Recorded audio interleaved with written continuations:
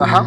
Udem alikuwa mrembo sana. Okay. So and she loved me that singewahi katia dem. Ushaikuwa shule unakuwa in love, uko in love hadi dem mwingine akikuwa approach unamwambia tu direct. Okay. You can't get that chance from me because I have someone who I love and we have a bright future with her. So Arif aliniangusha. Alidu nini? Arif alikatia dem yangu alafu because from their family the guy was financially stable. Yeye alikuwa anaspoiliwa na familia, ametoka kwa background iko tu sawa, unaona? Ma looks alikuwa anapiga luku, so alimuin tu hivyo. Udem akarealize ameni cheat. Na mimi nikajua but sikuweza kuambia. So because huyo jamaa alikuwa behind my back, nikakatia dem mwingine out of sikumkatia juu nampenda, ilikuwa makasiriko ndo siku moja nimuonyeshe pia naweza pata dem mrembo, ni venye tu ni yeye napenda. So hello guys, this is Bravo Kimangoto, BKTV, ule mdedriest. Na today tulikuwa tunawaambia lazima tutakuwa tunawaletea a lot of stories. Leo tuko na heartbreaking story na mtakuwa tu mnaisikizia tu hapa BKTV. Na we have our guest. Ni aje? Fiti sana. Uko salama? Mimi niko poa. Wanakuita nani? Okay, I go by the name MC Gabu. MC Gabu. Mimi ndo nafanya kama mic hapa ndo hizi. Na mimi uchapa ma event za MC kila kona. Okay. Marorashio, maharusi hivi, ma road shows. Okay. Hiyo ndo shughuli yenye mimi hufanya. Okay. Okay, uliniambia umepitia heartbreak. Manze, sasa tunataka kujua hii heartbreak ni gani? Manze inaitangwa love at first sight. Nini ndio watu wasikilizaji wasikia. Mimi for once nilikuanga na family. Okay. Na udem nilimpenda tu sana for a very longest time. Okay.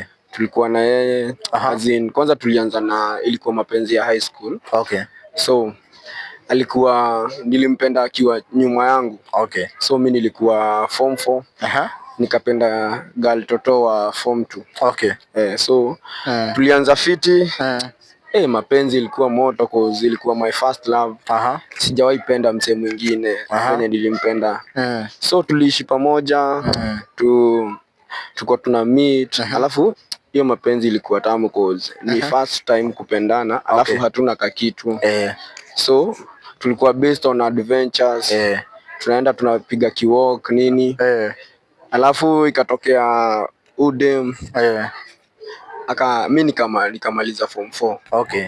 So wakati nilimaliza form 4, I thought maybe I'll achieve maybe some good grades. Okay. At least nitakuwa ule wase wenye mnasikianga campus materials. Wow. Nilikuwa nafikiria nitaenda campus, alafu nilikuwa nimempromise so many things zenye zitakuwa hapo kwa future yetu. Okay. So I thought nilifikiria udem atanipenda kwanza venye niko. Alafu in future maybe vitu zikienda fiti mimi manze nitaomoka. Okay. But it was so unfortunate that nilifaa kwenda college. But hiyo time mzae akakuwa broke. Okay. Madhe pia akakuwa broke design. So mimi si kuproceed. Okay. What I did manze nilianza hustle. Na hustle yenye nilikuwa na chapa. Mimi nilianza kuhawk masamosa, unacheki. Au kaanza kazi yako huko masamosa? Nilikuwa nafanya hawking huko mtaani. Okay. Juu at that time ilikuanga after coronavirus zimetusumbua. Okay. 1 year ago. Hakukuwa na kwa hiyo ni hii siku ya coronavirus. So nimefanya hustle, nimetembea na masamosa. Okay. I was earning pesa kidogo yenye bado haingeniketa. Na at least nijaribu kuinua mzae cause hiyo time hakuwa fiti. Alafu pia niinue udem. So ilikuwa zile za yes nampenda fiti. But sasa sikuwa na ile fedha ya alafu na yeye akakuwa after some years hizo miaka 2 hivi akamada form 4. Okay.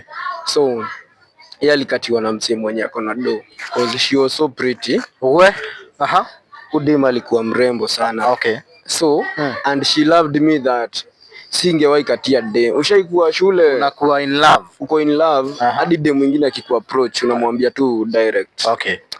You can't get that chance from me because I have someone who I love and we have a bright future with her. So mimi niliishi kumpenda design mpaka wakati ilifika. Okay. Akaanza ku first of all alikuwa approached na best yangu. Okay. That time I was dancing na we had a dance crew. So aliapproachwa na best yangu. Okay. Alafu I never thought amefall kwa trap ya huyo jamaa. So walikuwa wananichezea na tuko kwa. So kuna ile pin ya Arif manze. Arif aliniangusha. Alidu nini? Arif alikatia demu yangu. Alafu because from their family, the guy was financially stable. Yeye alikuwa anaspoiliwa na familia, ametoka kwa background iko tu sawa, unaona? Ama looks, alikuwa anapiga look, so alimuin tu hivyo. After some time akapata udem akarealize ameni cheat. Na mimi nikajua but sikuweza kuambia. So because huyo jamaa alikuwa behind my back, nikakatia dem mwingine out of sikumkatia juu nampenda, ilikuwa makasiriko ndo siku moja nimuonyeshe pia naweza pata dem mrembo ni venye tu ni yeye napenda. So one day they ambushed me cause walinipata place wakiwa wote wawili. Okay. So the first love haku give up, alikuja tu hapo hivyo akaniambia manze mimi nakudai na nakudai tu tena. So wakati alikuja na yeye ule mwingine alikuwa heartbroken, akaniambia you told me umeachana na huyu dem, kumbe ulikuwa unanitumia ndo umfanye feel vibaya. So that day I lost the two girls. Okay. Huyu akaenda na huyo mwingine akaenda. Wote wakaniacha, niliachwa tu hapo hivyo, niko peke yangu na shindo nifuate nani nikute nani. I was left that way, so life ikakuwa tu hivyo. I never trusted a girl. Nikakuwa zile za sioni kama naweza trust dem mwingine.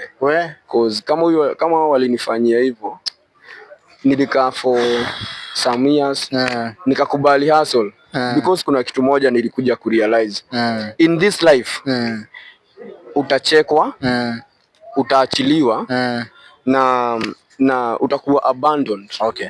But ile siku utafunika hiyo aibu, ile siku utafunika aibu kwa macho yako, you can go far. Na unaweza umoka kwa sababu hiyo aibu ya ati I can't do this job because my girlfriend sijui dem yangu atasema nini.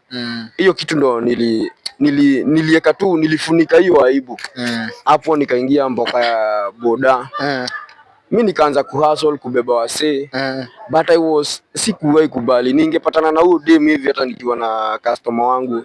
I felt so bad nikimwona tu tunapitana but nikaanza tu kusoma na relationship za watu hivyo, naangalia mashow zingine kama za kina Obina, naangalia wasee life wamepitia na mimi nikajikubali.